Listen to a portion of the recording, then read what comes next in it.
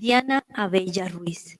Ella es trabajadora social con especialización en gerencia de proyectos.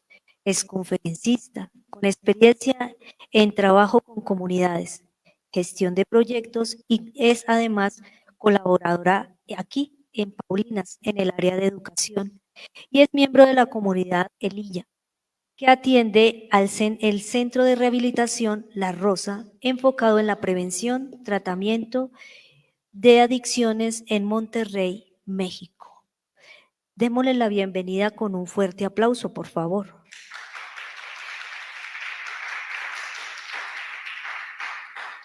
Diana, bienvenida y gracias por acoger nuestra invitación. Continuando con nuestra reflexión, me gustaría preguntar, ¿qué actitudes contribuyen a la construcción del tejido social para la paz? Gracias, muy buenas tardes para todos. Gracias por la invitación. Qué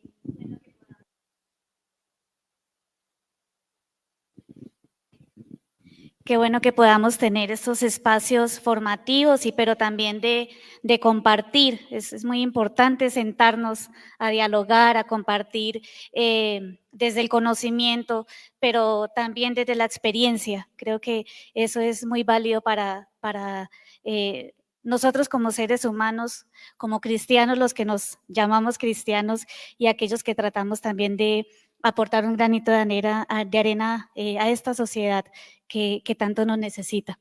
Continuando, siguiente diapositiva, por favor. Continuando un poquito con lo que la hermana Joana nos venía compartiendo, un poco de acuerdo al tema de la evangelización, quiero iniciar con esta frase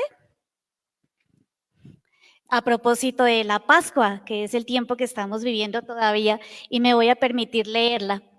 Está tomada del Evangelio de Lucas. Todavía estaban hablando de esto cuando Jesús se apareció en medio de ellos y les dijo: la paz esté con ustedes. Atónitos y llenos de temor, creían ver un espíritu, pero Jesús les preguntó: ¿por qué están turbados y se les presentan esas dudas? Miren mis manos y mis pies, soy yo mismo. Y a partir de esta expresión tan linda, es muy hermosa, del Evangelio de Lucas, quiero iniciar mi intervención con esta expresión de la paz esté con ustedes. Este tema de la paz y de lleven la paz a sus hogares, lleven la paz a donde quiera que vayan, es muy recurrente en los evangelios y lo escuchamos muchas veces, incluso de palabras de Jesús, y lo volvemos a seguir repitiendo cuando los apóstoles continúan su camino discipular y siguen haciendo esto que Jesús les da. Y me remito a esta cita bíblica partiendo de allí porque pues en definitiva los seres humanos estamos llamados a eso. Es como lo que engloba de alguna manera el quehacer de los constructores y de los gestores de la paz. La paz esté con ustedes. Y cuando nosotros hablamos de la paz esté con ustedes, no solamente hablamos de aquí para allá, sino que parte de aquí, de nosotros, del corazón, de lo que tenemos, de lo que vivimos, de lo que experimentamos. Y me voy a poner de pie para continuar ya abordando un poquito el tema que queríamos compartir con ustedes en este espacio. Vamos a tomar lo que tiene que ver con el tejido social. Nosotros hablamos mucho de tejido social, pero a veces no nos damos la oportunidad de comprender exactamente qué es eso de construcción de tejido social. Nuestro webinar decía eso, construcción para la paz y el tejido social.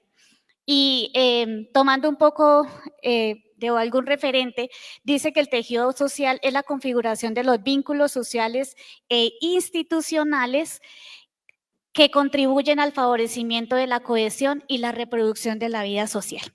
En palabras castizas colombianas, es la relación comunitaria, vecinos, comunidades, el entorno. Pero claramente el Estado, lo institucional tiene que ver mucho acá. La comunidad la construimos nosotros en el trabajo, los que estamos en la oficina todos los días.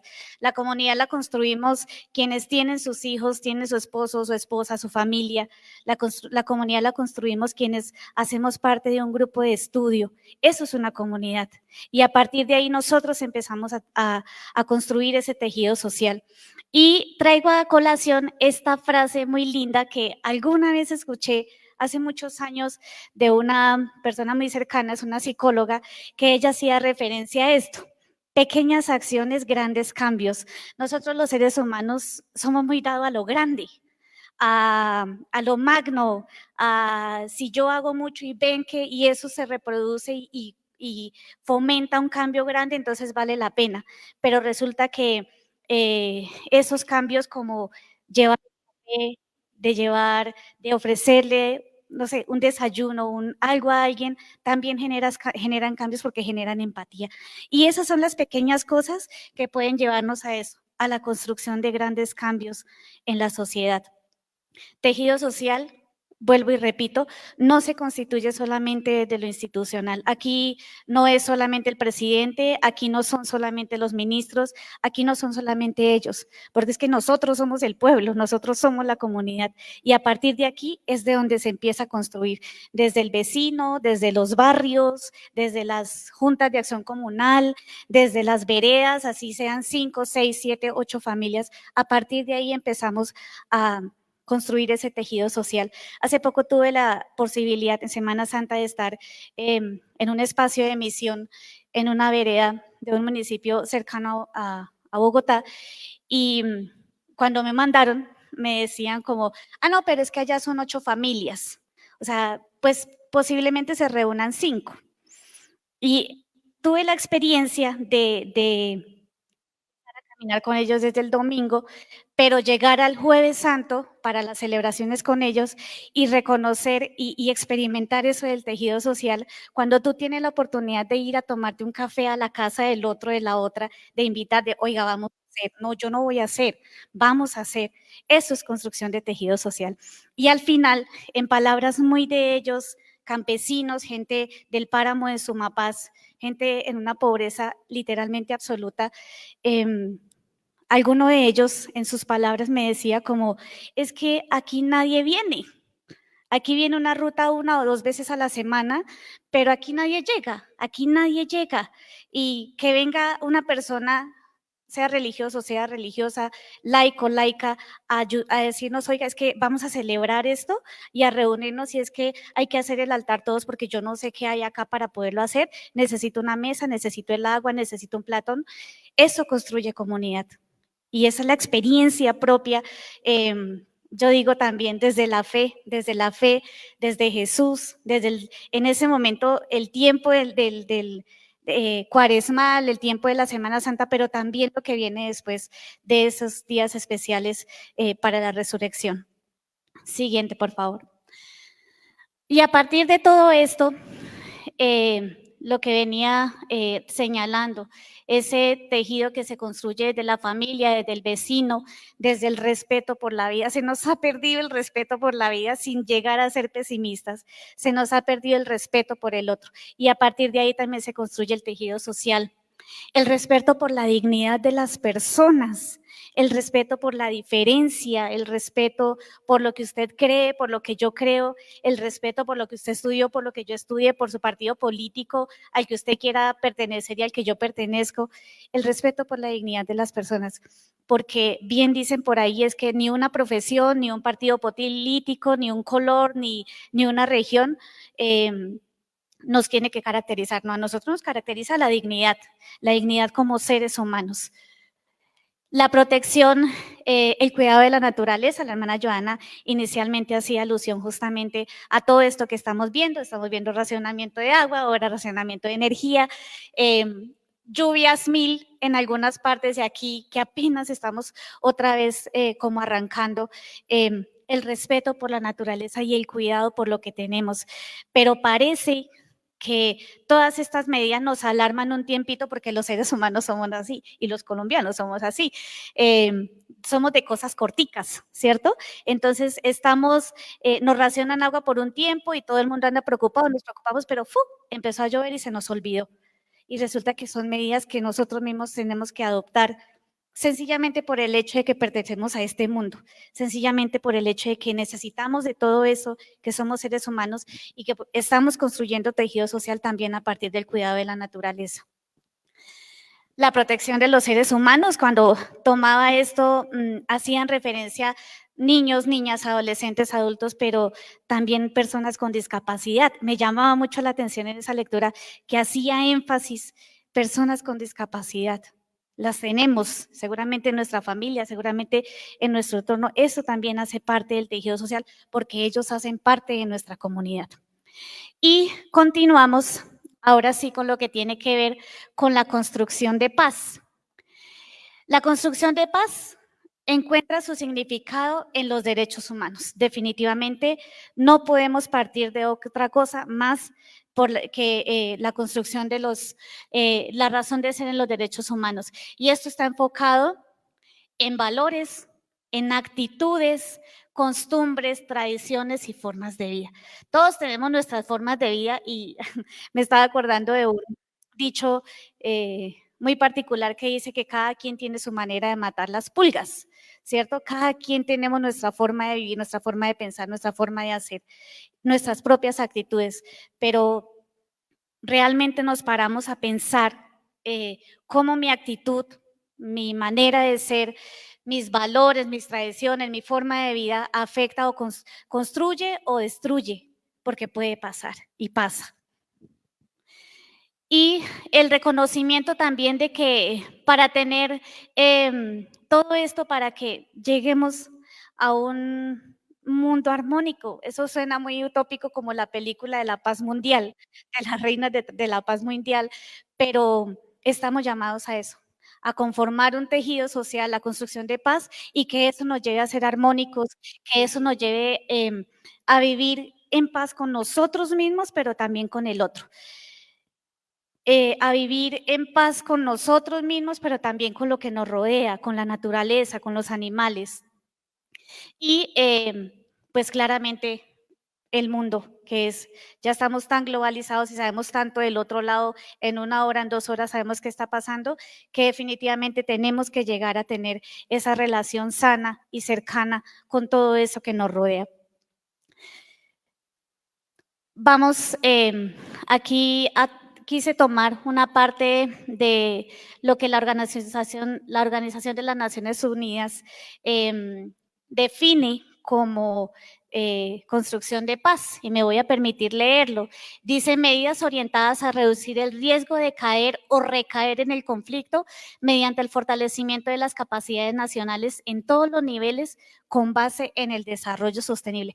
Últimamente hablamos de desarrollo sostenible por todas partes. Y por todas partes encontramos el triangulito y por todas partes encontramos lo verde, pero es también como la sensación de que ese tipo de cosas se nos ha convertido en un tema más de moda que otra cosa. Se nos ha convertido en algo que repetimos y repetimos, pero ¿cuáles son las medidas que nosotros desde nuestras familias, desde las empresas, las organizaciones, entidades, tomamos nosotros para que realmente tengamos un mundo sostenible, donde podamos reutilizar, donde podamos darle vida nuevamente a ciertas cosas que les podemos dar vida, que eso contribuye ciertamente a lo que tiene que ver con el cuidado de la naturaleza, que ya lo veníamos hablando. Y quiero traer aquí algunos ejemplos. A mí me gustan mucho los ejemplos.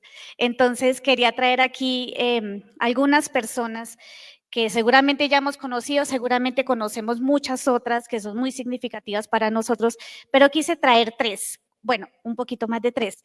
Y quise irme desde lo global a lo nuestro, a lo de Colombia, a lo latinoamericano, que es básicamente a lo que nosotros también nos distingue. Y está Malala Yousafzai, ella es Premio Nobel de Paz 2014, y traje aquí para compartir con ustedes unas premisas de esas personas. Me voy a permitir leer la de ella. Si queremos lograr nuestro objetivo, es preciso promocionarnos a nosotros mismos con el arma del conocimiento, de defendernos con unidad y solidaridad. Recordemos que ella trabaja, lleva ya su tiempo, tuvo su atentado porque trabaja en pro de la educación de las niñas, específicamente de su cultura, pero aquí entramos todas, ¿cierto? El hecho de que yo haya tenido la oportunidad de estudiar un bachillerato en una universidad no quiere decir que todas tengan la posibilidad, y lo vemos, eso es real, lo vemos todavía, mujeres que no pueden estudiar y que no pueden tener acceso al estudio. Ella se dedica a esto. Por eso tuvo su atentado, a raíz de esto, de esta defensa tuvo su atentado, pero es una persona que sigue y sigue con un objetivo claro, y es sembrar la paz a partir justamente de la educación y de que las niñas tengan acceso a la educación, pero claramente aquí hablaríamos de cada ser humano, hombres y mujeres. Mahatma Gandhi, el motivo de su existencia era la no violencia. Creo que hemos escuchado algunas cosas de él, como una manera de hacer que se deriva del ser. Escuché en alguna parte que decían que nunca hizo, o sea, como que aparentemente nunca hizo nada. Su silencio, su actitud fue lo que lo llevó, o fue más bien la manifestación que él quiso tener con el mundo. De así construimos la paz y volvemos a lo anterior. Las actitudes, la manera de vivir, eso construye, eso construye. Y acá tenemos un claro ejemplo.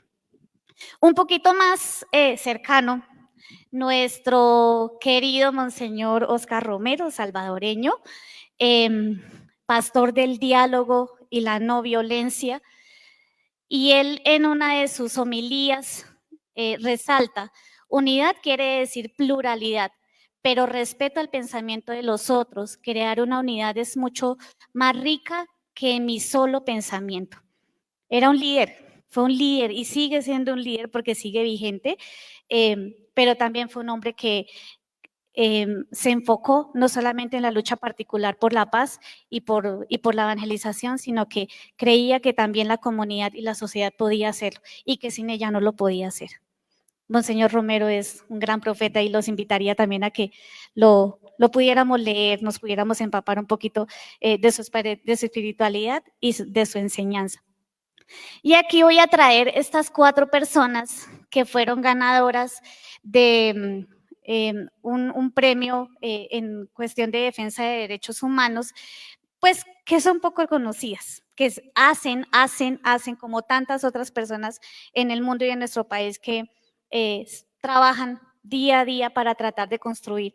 Una de ellas es Elizabeth Moreno Barco, que trabaja en defensa de los derechos de las comunidades étnicas, de nuestros indígenas que se están acabando, que se están muriendo, que están aquí en Bogotá en nuestras calles pidiendo limosna y pidiendo plata, con niños, niñas bailando en las calles sin tener por qué hacerlo.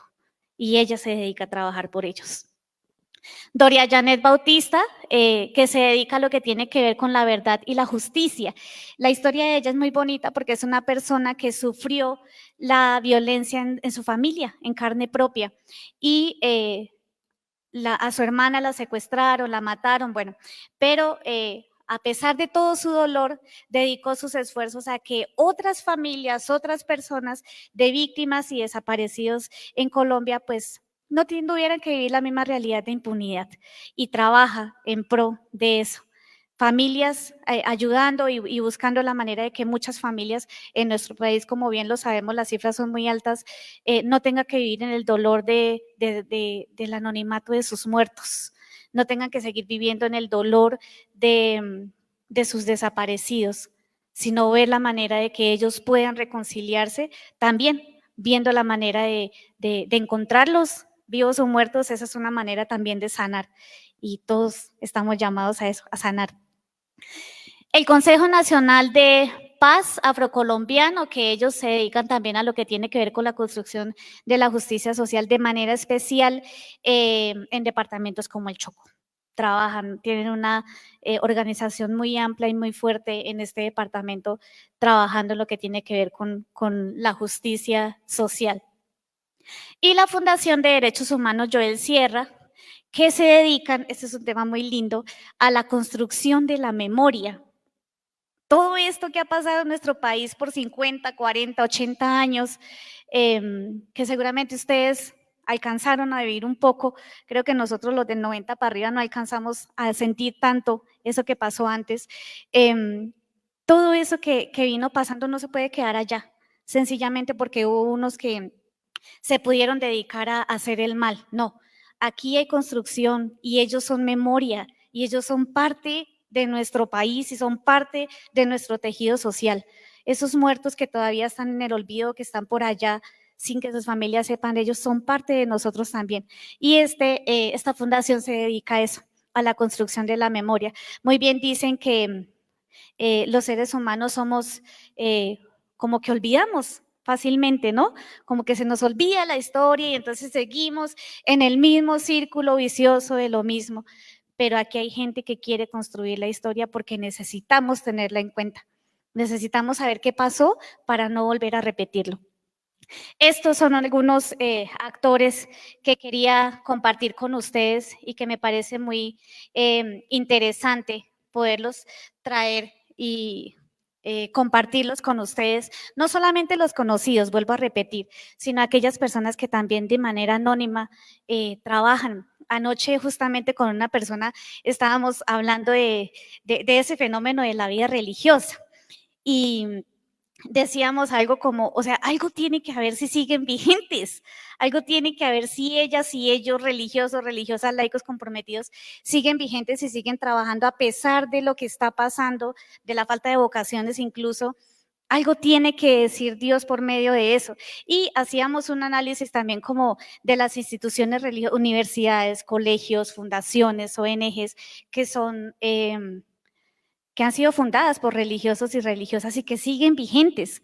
Entonces, creo que estas personas anónimas que están ahí, que trabajan todos los días, todas estas personas de las comunidades religiosas y de la Iglesia Católica que tienen tanto para decir, pues siguen vigentes y están ahí y siguen trabajando. Y claramente también algunos otras personas de otras denominaciones totalmente respetable y acogible que trabajan día a día y arduamente por eso. Y el compromiso es a ese, aportar a todo lo que yo pueda construir día a día para construir eso que estamos hablando acá, aporta. Recuerden siempre esa frase, pequeñas acciones, grandes cambios.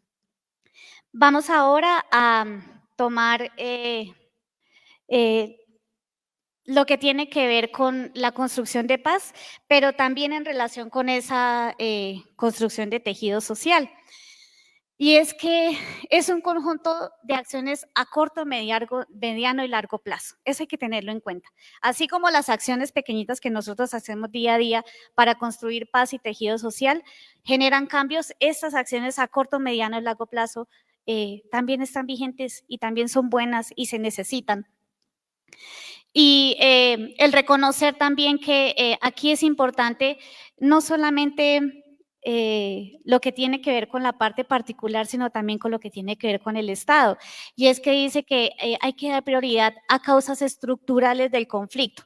Y nosotros somos maestros y maestras y vivos ejemplos de eso que se vive en conflicto porque lo estamos viviendo, lo seguimos viviendo.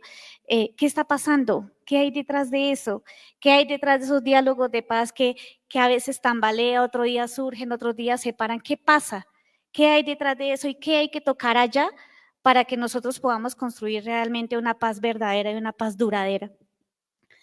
Y aquí, vinculado también con lo que tiene que ver con la seguridad humana, el desarrollo humano y el reconocimiento de que la paz no se puede construir sin educación. Definitivamente, como lo decía Monseñor Romero, como lo decía Malala, como lo dicen muchos, la educación definitivamente es la base de todo.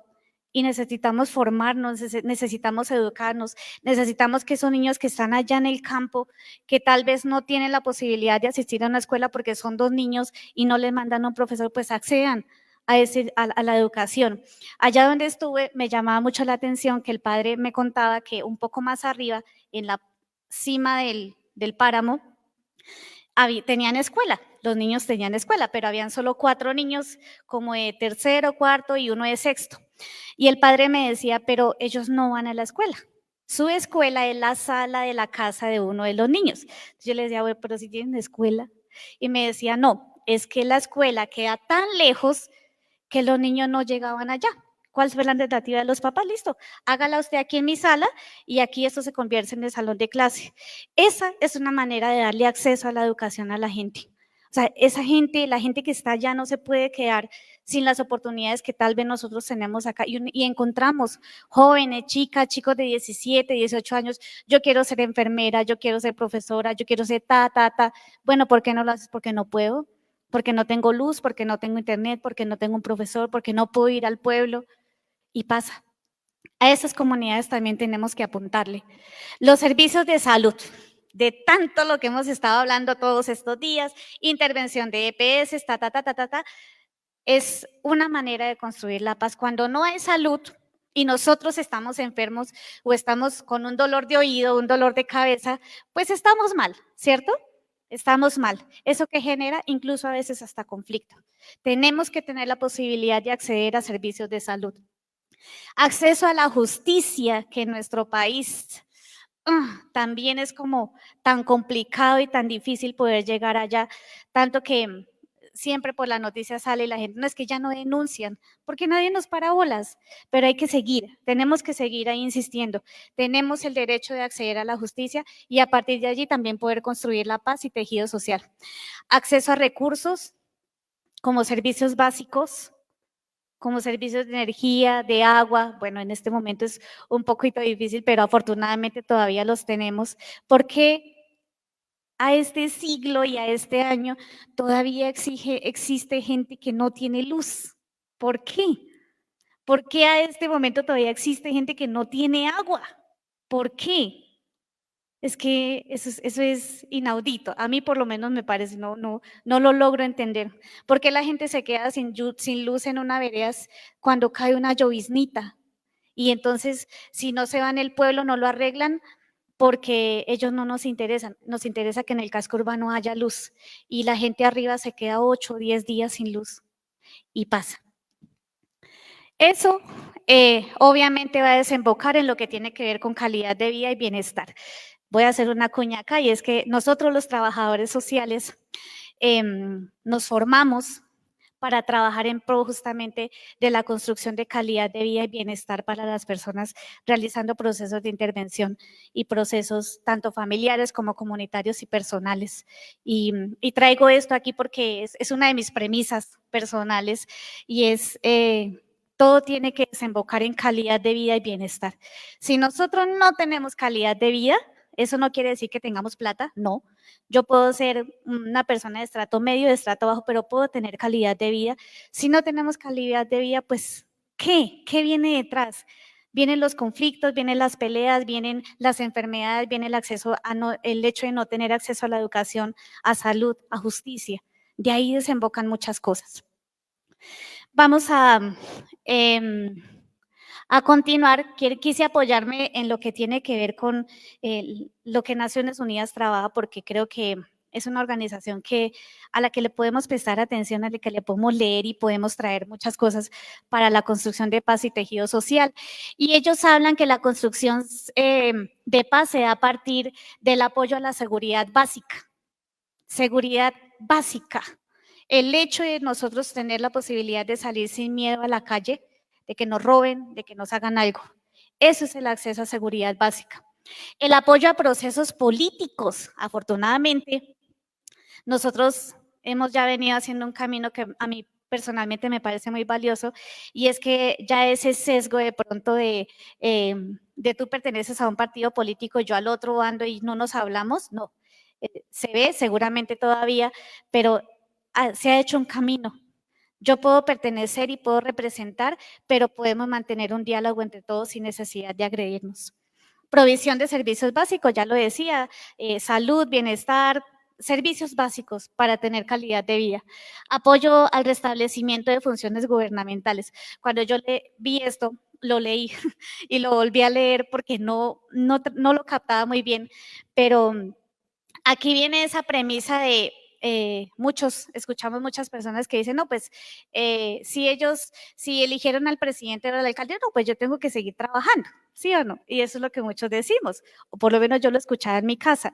Pero aquí en eso también el análisis es, nosotros pertenecemos a un Estado, pertenecemos a un país y tenemos que ser parte de esas políticas públicas que se nos dan en Colombia y en la mayoría de los países democráticos. Hay participación de entes sociales, de la ciudadanía, en lo que tiene que ver con construcción de políticas sociales. Y a veces nosotros creemos que eso es allá. O sea, ustedes hagan su trabajo y hagan cosas que nosotros seguimos aquí trabajando. Nosotros también hacemos parte de eso, porque la construcción de las políticas sociales no se pueden dar desde la oficina. La construcción de las políticas sociales se tiene que dar desde la comunidad. De lo contrario, no es política social. Se convierte en una política particular. Y la revitalización.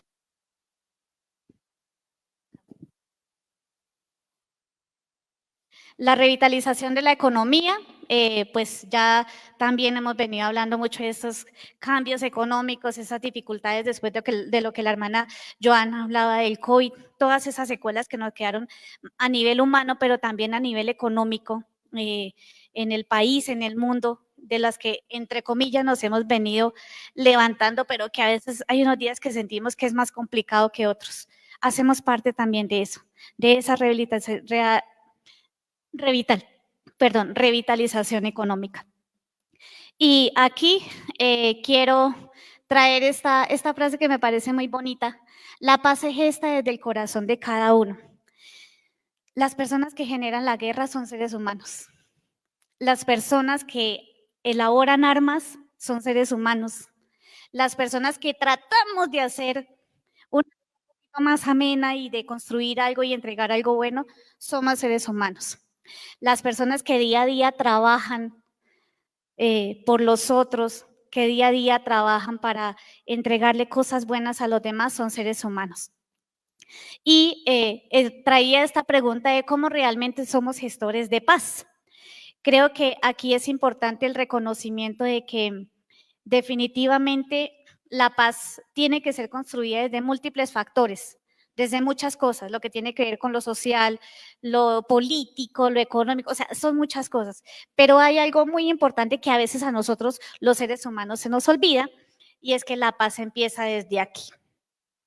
Cuando nosotros, antes de eso, a veces este tema de construcción de paz y tejido social es muy tomado desde lo político, ¿sí? Desde lo gubernamental, desde lo exterior, pero resulta que aquí donde estamos nosotros, también tenemos que mirar cómo lo estamos haciendo.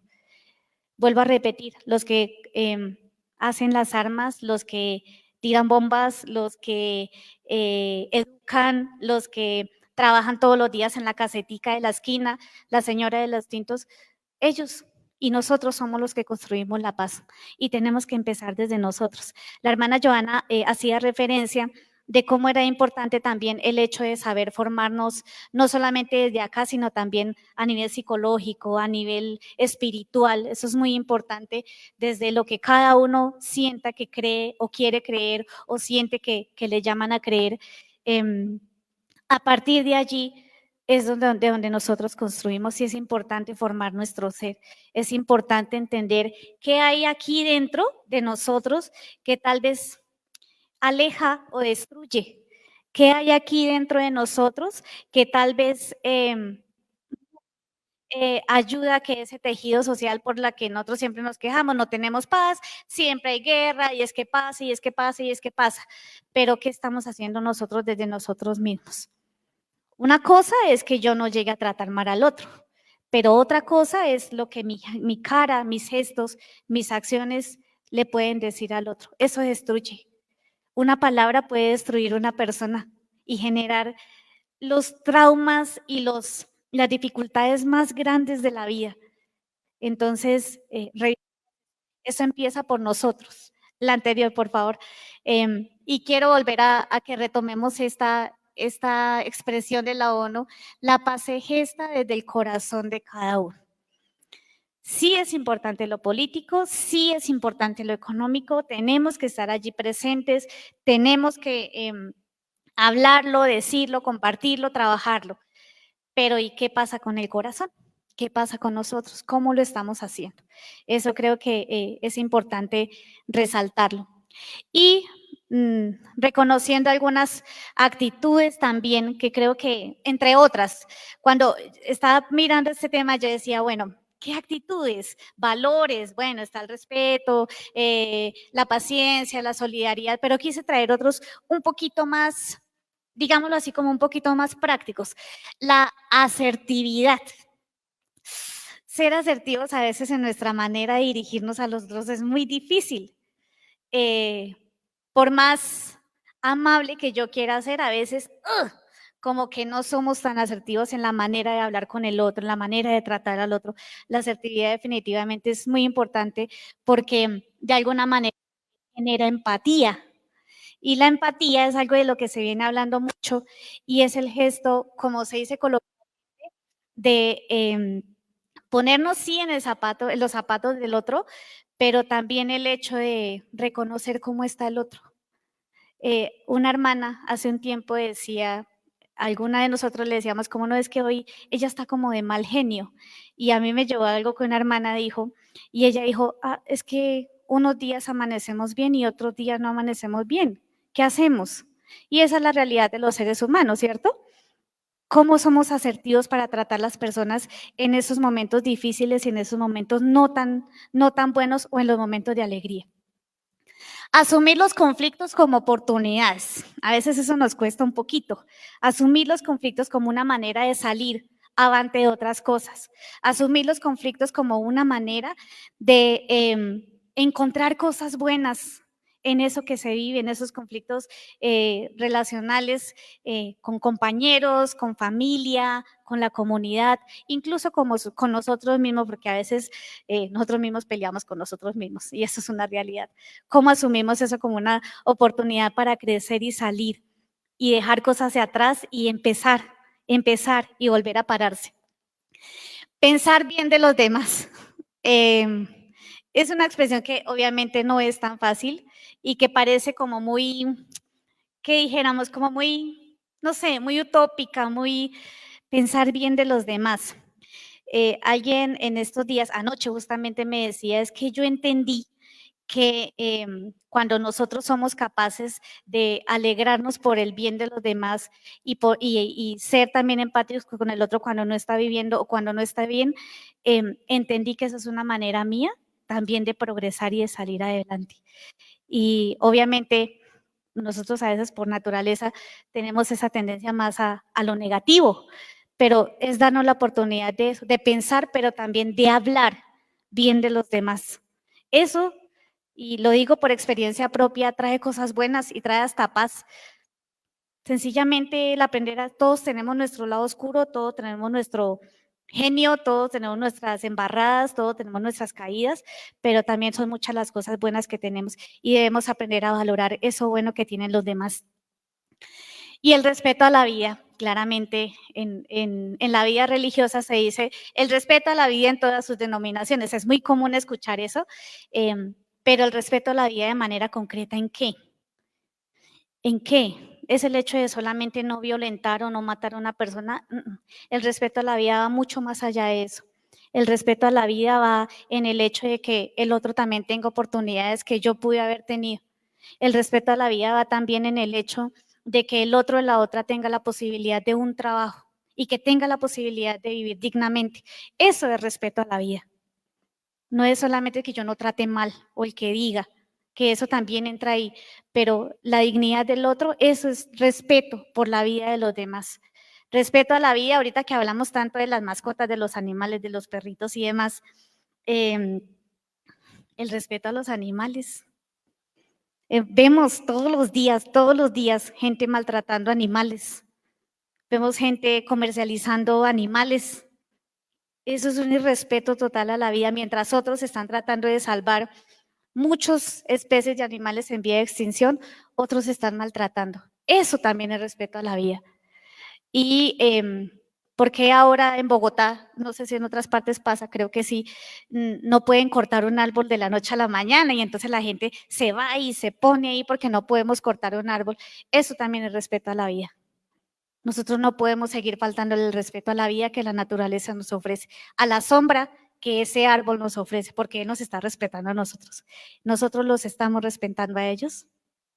Esa sería una gran pregunta para que nos quede ahí para la reflexión. Y ayer, ayer cumplía 10 años nuestro querido Gabriel García Márquez de fallecimiento.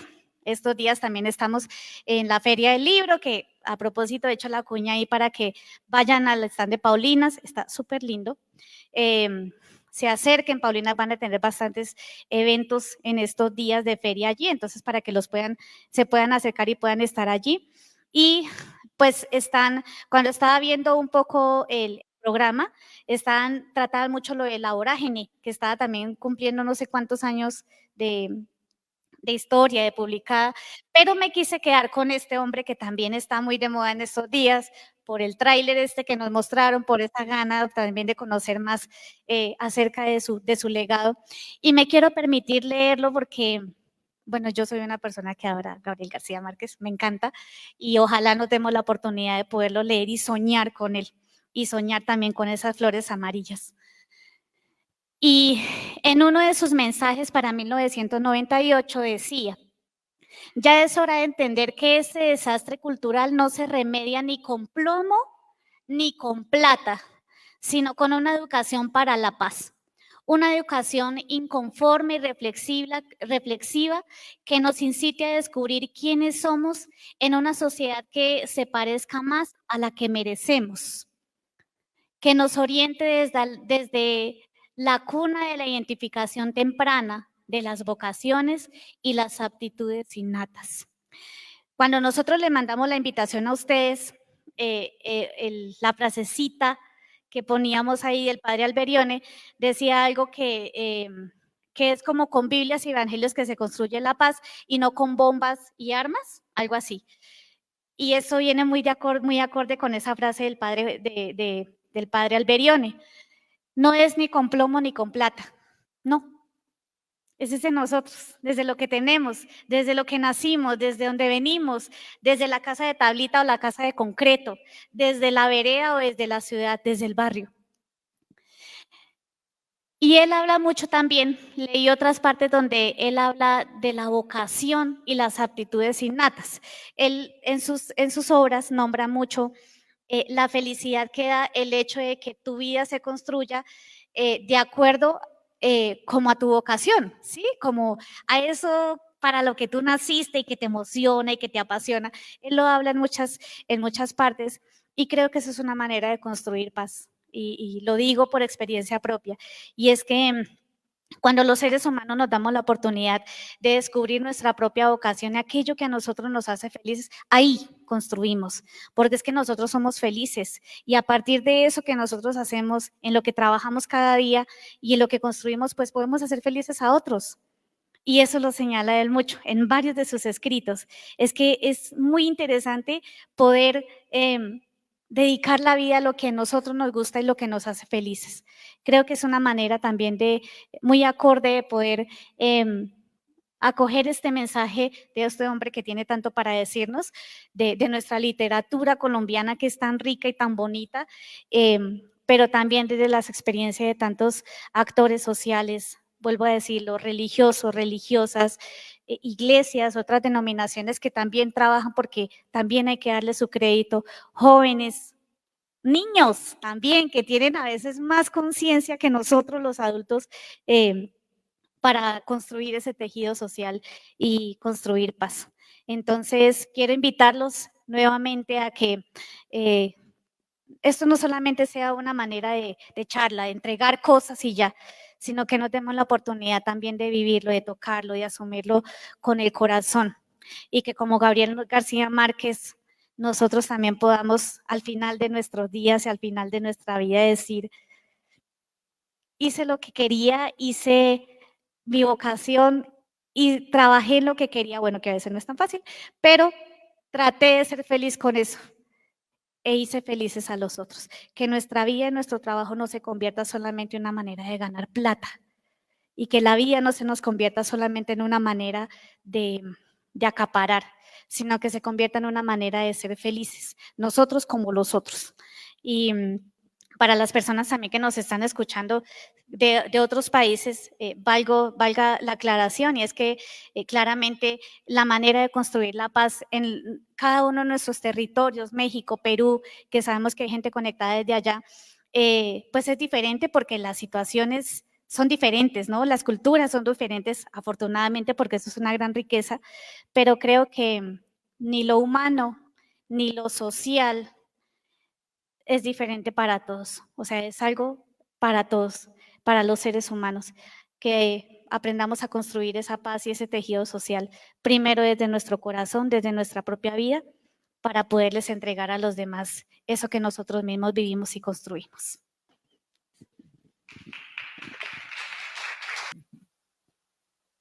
No podría ubicar, digamos, la responsabilidad de la respuesta exclusivamente en una de las dos, porque este es un tema muy sinérgico, hay que verlo bajo una mirada muy sistémica, en donde una sola variable no le da a uno la solución, en el tratamiento del problema. Ante todo, quiero felicitar a las expositoras por su presentación. Supone un esfuerzo de preparación bien interesante. Son dos visiones que se complementan muy bien, pero particularmente quisiera referirme en el caso de nuestra trabajadora social que nos ha expuesto en la parte final. Un punto que fue mencionado ahí como de paso, pero que tiene que ver con la nuez, con el centro de lo que es el trabajo de la evangelización, que es la promoción de la construcción de comunidades. Es que a través de la promoción de comunidades, y en eso Hechos de los Apóstoles es toda una cátedra al respecto, con experiencias vivenciadas muy concretas, pero allí es donde la iglesia, es decir, nosotros, tenemos la posibilidad de hacer cambios y de construcción de paz. Entonces, la promoción de la construcción de comunidades no es patrimonio exclusivo del Estado, ¿no? Porque regularmente el Estado es el que se ocupa de esto, principalmente. La Iglesia tiene toda la posibilidad, desde el fondo de los evangelios, de poder hacer construcción de comunidades. Entonces, casi que mi pregunta es, ¿qué podríamos hacer para que la Iglesia pueda asumir un papel mucho más protagónico en la creación de comunidades y que a través de esas comunidades podamos encarnar mejor el Evangelio y construir esa calidad de vida, ese desarrollo humano y ese desarrollo de comunidades que se espera a través del Evangelio?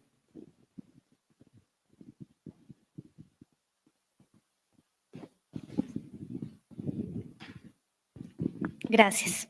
Sí, yo creo que hay algo muy interesante si nosotros nos adentramos un poco en lo que tiene que ver con la historia de la iglesia, y es que desde el Evangelio y desde los apóstoles, la iglesia fue constituida por comunidades. La iglesia no eran grandes masas, eran pequeñas comunidades cristianas que a lo largo del tiempo fueron cambiando, bueno, también yo creo que adaptándose como a los cambios de la misma sociedad.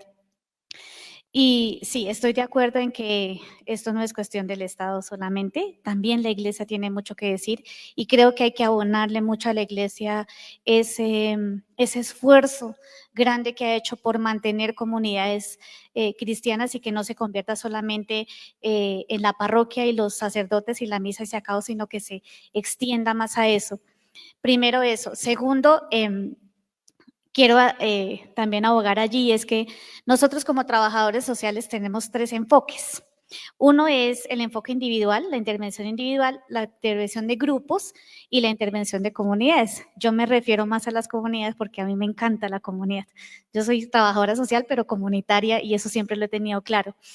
Y primero, como católica, como cristiana, segundo, como profesional convencida de que el tejido social y la paz y los cambios y los procesos se gestan desde las comunidades, creo que es importante formar líderes. Yo creo que eso es fundamental y no podemos tenerle miedo a formar líderes. No podemos seguir en el miedo de que solamente unos se encarguen de. Tenemos que incluso aprender a ser, no todos líderes, pero sí aprender a tomar las riendas de los procesos que las comunidades van haciendo en comunidades eclesiales, en las veredas. Y creo que esa es una de las cosas importantes. Dos, el hecho de que hay que verlo también desde la realidad, y es que en la mayoría de las parroquias, muchas parroquias a nivel pues global, la iglesia, pues los sacerdotes, líderes y demás, pues ya son muy escasos. Tenemos que aprender a descentralizar. Yo sí creo eso. Descentralizar en el hecho de que tenemos que llevar a las comunidades y a los líderes a que no se nos queden solamente aquí en la parroquia.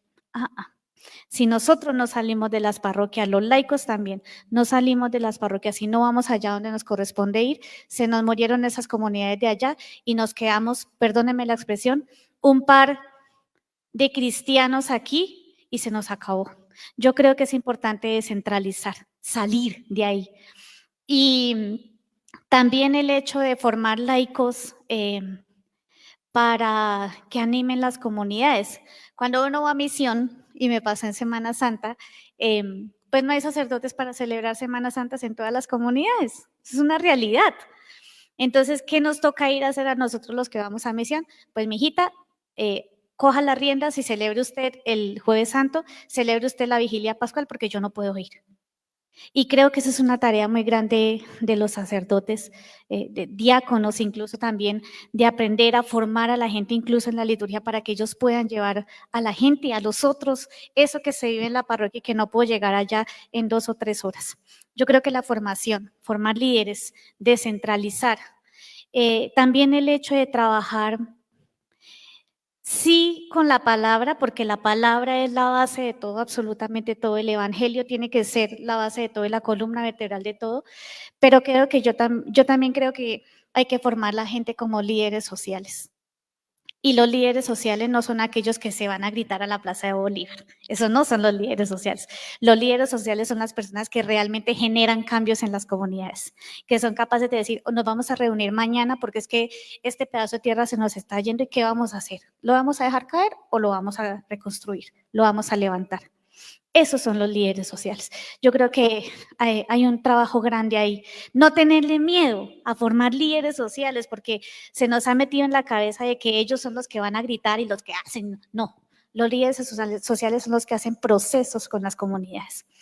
Entonces, sí, yo creo que gran parte de ese avance y de esa tarea está en la formación de laicos porque es una realidad. Los laicos tienen mucho que ver y tienen un papel enorme, pero también tenemos que contar con la sabiduría de estas mujeres, hombres, diáconos que día a día trabajan y que se han formado para poder nosotros también formar. Entonces sí, yo toco 3 voces, la formación en liderazgo, descentralizar la evangelización, formar líderes sociales y valernos también de la sabiduría de toda esta gente que se ha formado y que nos pueden formar a nosotros, pero que no estemos atados solamente a que ellos nos digan haga, sino yo tenga la oportunidad de decir, oiga, vamos a hacer, reunámonos, miramos, hagamos. Eso es crear procesos en las comunidades. Muchas gracias, Diana.